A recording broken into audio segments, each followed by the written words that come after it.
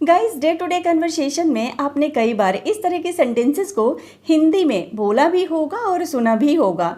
जैसे दूध गर्म कर दो, चाय बना दो, सब्जी काट दो, प्याज छिल दो, बर्तन धो दो, खाना बना दो, झाड़ू लगा दो, पोछा लगा दो। लेकिन क्या आपको पता है कि 90% लोग इन सिंपल हिंदी सेंटेंसेस को इंग्लिश में गलत बोल देते हैं। अगर आप भी इन छोटे छोटे सेंटेंसेस को इंग्लिश में बोलने में मिस्टेक करते हैं तो यह वीडियो आपके लिए बहुत ही ज़्यादा यूज़फुल होने वाला है, क्योंकि आज की इस वीडियो में मैं आपको ऐसे ही बहुत सारी सेंटेंसेस को सिंपल वे में सिखाने वाली हूँ जिन्हें आप अपनी घर के कामों के लिए अक्सर यूज़ किया करते हैं। इसलिए वीडियो को बिना स्किप किए पूरा ज़रूर देखिएगा और अगर आप इस चैनल पर नए हैं तो चैनल को सब्सक्राइब भी कर लीजिएगा ताकि आपको इसी तरह की यूज़फुल वीडियो हमेशा मिलती रहे। तो चलिए बिना टाइम वेस्ट किए क्लास को शुरू करते हैं। तो यहाँ आपको स्क्रीन पर जितने भी सेंटेंस दिख रहे हैं ये सारे के सारे इम्पेरेटिव सेंटेंसेस हैं। अब आप सोच रहे होंगे कि आखिर ये इम्पेरेटिव सेंटेंस किसे कहते हैं। तो देखिए, इम्पेरेटिव सेंटेंस वे वाक्य होते हैं जिसमें किसी को आदेश मतलब कि कमांड ऑर्डर दिया जाता है, अनुरोध मतलब कि रिक्वेस्ट किया जाता है, सलाह मतलब कि एडवाइस दिया जाता है। इसके अलावे आप सुझाव यानी कि सजेशन देते हैं, चेतावनी मतलब कि वार्निंग देते हैं और निर्देश मतलब कि इंस्ट्रक्शंस दिया जाता है। इसे आप सिंपल लैंग्वेज में समझिए कि इम्पेरेटिव सेंटेंसेस वे होते हैं जिनमें किसी को कोई काम करने के लिए कहा जाता है। वो काम order, request, advice, suggestion, warning, instruction इनमें से कोई भी काम हो सकता है। क्लियर है? और इस तरह के सेंटेंस में एक बात हमेशा ध्यान में रखिएगा कि इसमें जो सब्जेक्ट होता है वो यू होता है और यू सेंटेंस में हिडन होता है। मतलब इस तरह की सेंटेंस की शुरुआत एक्शन वर्ब से होती है। तो चलिए अब हम आगे बढ़ते हैं और कुछ सेंटेंसेस की प्रैक्टिस करते हैं। जैसे हमारा पहला सेंटेंस है दूध गर्म कर दो। तो ये सेंटेंस ऑर्डर के सेंस में है, तो इसे आप इंग्लिश में बोलेंगे heat the milk, heat the milk. लेकिन इसी सेंटेंस को रिक्वेस्ट करके बोलना हो तो आप बोलेंगे प्लीज़ दूध गर्म कर दो। तो इसकी इंग्लिश होगी please heat the milk, please heat the milk. लेकिन इसी सेंटेंस को अगर आपको एडवाइस के सेंस में बोलना हो तो आप बोलेंगे तुम्हें दूध गर्म कर देना चाहिए या तुम्हें दूध गर्म कर लेना चाहिए। तो इसकी इंग्लिश होगी you should heat the milk, you should heat the milk. लेकिन इसी सेंटेंस को अगर आपको ऐसे बोलना हो कि तुम्हें सोने से पहले दूध गर्म कर देना चाहिए तो इसकी इंग्लिश होगी you should heat the milk before going to bed, you should heat the milk before going to bed. तो इस तरह से हिट द मिल्क का यूज़ करके आप अलग अलग टेंस के सेंटेंस को भी बना सकते हैं। जैसे मान लीजिए कि अगर इस सेंटेंस को प्रेजेंट कॉन्टिन्यूअस टेंस में बनाना हो तो आप बोलेंगे मैं दूध गर्म कर रही हूँ। तो इसकी इंग्लिश होगी I am heating the milk, I am heating the milk. Next है मैं दूध गर्म करूँगी। तो ये सेंटेंस हमारा फ्यूचर टेंस का है, तो ये सेंटेंस बनेगा I will heat the milk, I will heat the milk. Next है क्या तुम दूध गर्म कर दोगी। मतलब हम सामने वाले से पूछ रहे हैं कि क्या तुम दूध गर्म कर दोगे या कर दोगी। तो इसका सेंटेंस बनेगा will you heat the milk, will you heat the milk. अगर आप दूध गर्म करना चाहते हैं तो आप बोलेंगे हाँ मैं दूध गर्म कर दूंगी। तो इसकी इंग्लिश होगी yes I will heat the milk, yes I will heat the milk. अगला सेंटेंस है चाय बना दो। तो ये सेंटेंस ऑर्डर के सेंस में है, तो इसकी इंग्लिश होगी make the T, make the T. लेकिन अगर इस सेंटेंस को रिक्वेस्ट के सेंस में बोलना हो तो आप बोलेंगे प्लीज़ चाय बना दो। तो इसकी इंग्लिश होगी please make the T, please make the T. और अगर इस सेंटेंस को एडवाइस के सेंस में बोलना हो तो आप बोलेंगे तुम्हें चाय बना देनी चाहिए या तुम्हें चाय बना लेनी चाहिए। तो इसका सेंटेंस बनेगा you should make the T, you should make the T.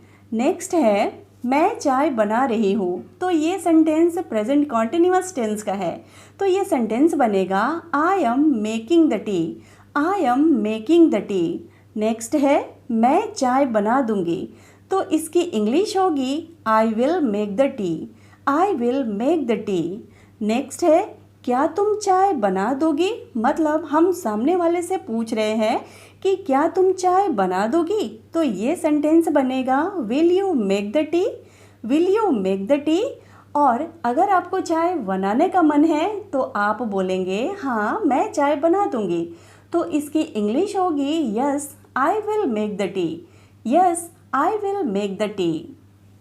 अगला सेंटेंस है सब्जी काट दो, तो ये सेंटेंस ऑर्डर के सेंस में है, तो इसकी इंग्लिश होगी cut the vegetables, cut the vegetables. लेकिन अगर इस सेंटेंस को रिक्वेस्ट के सेंस में बोलना हो तो आप बोलेंगे प्लीज़ सब्जी काट दो, तो इसकी इंग्लिश होगी please cut the vegetables, please cut the vegetables. और अगर इस सेंटेंस को एडवाइस के फॉर्म में बोलना हो तो आप बोलेंगे तुम्हें सब्जी काट लेनी चाहिए या तुम्हें सब्जी काट देना चाहिए, तो ये सेंटेंस बनेगा you should cut the vegetables, you should cut the vegetables. Next है मैं सब्जी काट रही हूँ, तो ये सेंटेंस बनेगा I am cutting the vegetables, I am cutting the vegetables. और इसी सेंटेंस को फ्यूचर टेंस में बोलना हो तो आप बोलेंगे मैं सब्जी काट दूंगी, तो इसका सेंटेंस बनेगा I will cut the vegetables, I will cut the vegetables. Next है क्या तुम सब्जी काट दोगे, मतलब हम सामने वाले से पूछ रहे हैं कि क्या तुम सब्जी काट दोगे, तो इसका सेंटेंस बनेगा will you cut the vegetables, will you cut the vegetables. अगला सेंटेंस है बेहतर होगा कि तुम सब्जी काट दो, तो इसका सेंटेंस बनेगा you had better cut the vegetables, you had better cut the vegetables. अगला सेंटेंस है खाना बना दो, तो ये सेंटेंस ऑर्डर के सेंस में है, तो इसकी इंग्लिश होगी cook the food, cook the food. लेकिन इस सेंटेंस को रिक्वेस्ट के सेंस में बोलना हो तो आप बोलेंगे प्लीज़ खाना बना दो, तो इसका सेंटेंस बनेगा please cook the food, please cook the food. लेकिन अगर इस सेंटेंस को एडवाइस के सेंस में बोलना हो तो आप बोलेंगे तुम्हें खाना बना देना चाहिए या तुम्हें खाना बना लेनी चाहिए, तो इसका सेंटेंस बनेगा you should cook the food, you should cook the food. Next है मैं खाना बना रही हूँ, तो इसका सेंटेंस बनेगा I am cooking the food, I am cooking the food. अगला सेंटेंस है मैं खाना बनाऊंगी या मैं खाना बना दूंगी, तो इसे आप इंग्लिश में बोलेंगे I will cook the food, I will cook the food. अगला सेंटेंस है क्या तुम खाना बना दोगे, मतलब हम सामने वाले से पूछ रहे हैं कि क्या तुम खाना बना दोगे, तो इसका सेंटेंस बनेगा will you cook the food, will you cook the food. लेकिन अगर इसी सेंटेंस को ऐसे बोलना हो कि क्या तुम आज खाना बना दोगे, तो इसे आप इंग्लिश में बोलेंगे will you cook the food today, will you cook the food today. अगला सेंटेंस है बर्तन धो दो, तो ये सेंटेंस ऑर्डर के सेंस में है, तो इसकी इंग्लिश होगी wash the dishes, wash the dishes. लेकिन अगर इस सेंटेंस को रिक्वेस्ट के सेंस में बोलना हो तो आप बोलेंगे प्लीज़ बर्तन धो दो, तो इसकी इंग्लिश होगी please wash the dishes, please wash the dishes. लेकिन अगर इस सेंटेंस को एडवाइस के सेंस में बोलना हो तो आप बोलेंगे तुम्हें बर्तन धो देना चाहिए या तुम्हें बर्तन धो लेनी चाहिए, तो ये सेंटेंस बनेगा you should wash the dishes, you should wash the dishes. लेकिन अगर इस सेंटेंस को ऐसे बोलना हो कि तुम्हें खाना बनाने के बाद बर्तन धो देना चाहिए, तो इसकी इंग्लिश होगी you should wash the dishes after eating, you should wash the dishes after eating. Next है मैं बर्तन धो रही हूँ, तो ये सेंटेंस बनेगा I am washing the dishes, I am washing the dishes. क्या तुम बर्तन धो दोगे, मतलब हम सामने वाले से पूछ रहे हैं कि क्या तुम बर्तन धो दोगे, तो इसकी इंग्लिश होगी will you wash the dishes, will you wash the dishes. अगर आप बर्तन धोना चाहते हैं तो आप बोलेंगे हाँ मैं बर्तन धो दूंगा, तो ये सेंटेंस बनेगा yes I will wash the dishes, yes I will wash the dishes. अगला सेंटेंस है झाड़ू लगा दो, तो ये सेंटेंस ऑर्डर के सेंस में है, तो इसकी इंग्लिश होगी sweep the floor, sweep the floor. लेकिन अगर इस सेंटेंस को रिक्वेस्ट के फॉर्म में बोलना हो तो ये सेंटेंस बनेगा प्लीज़ झाड़ू लगा दो। तो इसकी इंग्लिश होगी please sweep the floor, please sweep the floor. लेकिन इसी सेंटेंस को एडवाइस के सेंस में बोलना हो तो ये सेंटेंस बनेगा तुम्हें झाड़ू लगा देनी चाहिए। तो इसका इंग्लिश होगा you should sweep the floor, you should sweep the floor. Next है मैं झाड़ू लगा रही हूँ।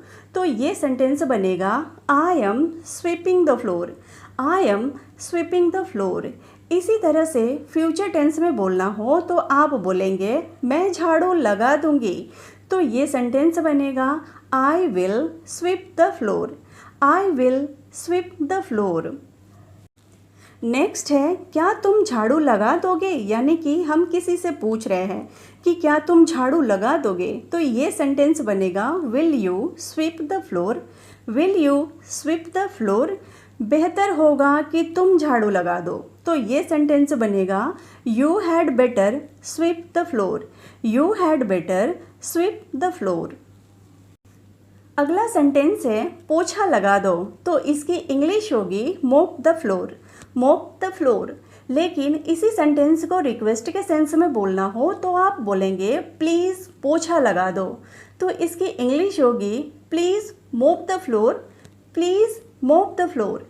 लेकिन इसी सेंटेंस को एडवाइस के फॉर्म में बोलना हो तो आप बोलेंगे तुम्हें पोछा लगा देनी चाहिए। तो इसकी इंग्लिश होगी you should mop the floor, you should mop the floor.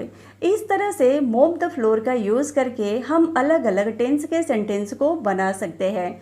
जैसे मैं पोछा लगा रही हूँ तो ये सेंटेंस बनेगा I am mopping the floor, I am mopping the floor. इस सेंटेंस को फ्यूचर टेंस में बोलना हो तो आप बोलेंगे मैं पोछा लगा दूंगी। तो ये सेंटेंस बनेगा आई विल मोप द फ्लोर, आई विल मोप द फ्लोर। इस सेंटेंस को आप ऐसे भी बोल सकते हैं कि झाड़ू लगाने के बाद पोछा लगा देना। तो ये सेंटेंस बनेगा mop the floor after sweeping it, mop the floor after sweeping it. तुम्हें झाड़ू लगाने के बाद पोछा लगा देना चाहिए। तो ये सेंटेंस बनेगा you should mop the floor after sweeping it, you should mop the floor after sweeping it. तो इस तरह से इम्पेरेटिव सेंटेंसेस को यूज़ करके आप किसी भी टेंस के सेंटेंस को बना सकते हैं। सो गाइस, ये थी आज की क्लास। आपको कैसी लगी कमेंट करके ज़रूर बताना। अब लास्ट के कुछ सेंटेंस आपके लिए जिसका आंसर आपको मुझे कमेंट करके बताना है। जैसे चादर बिछा दो, चाय पी लो, पंखा बंद कर दो। That's all for today. Video पसंद आई है तो इसे लाइक शेयर ज़रूर कर दीजिएगा। Thank you for watching.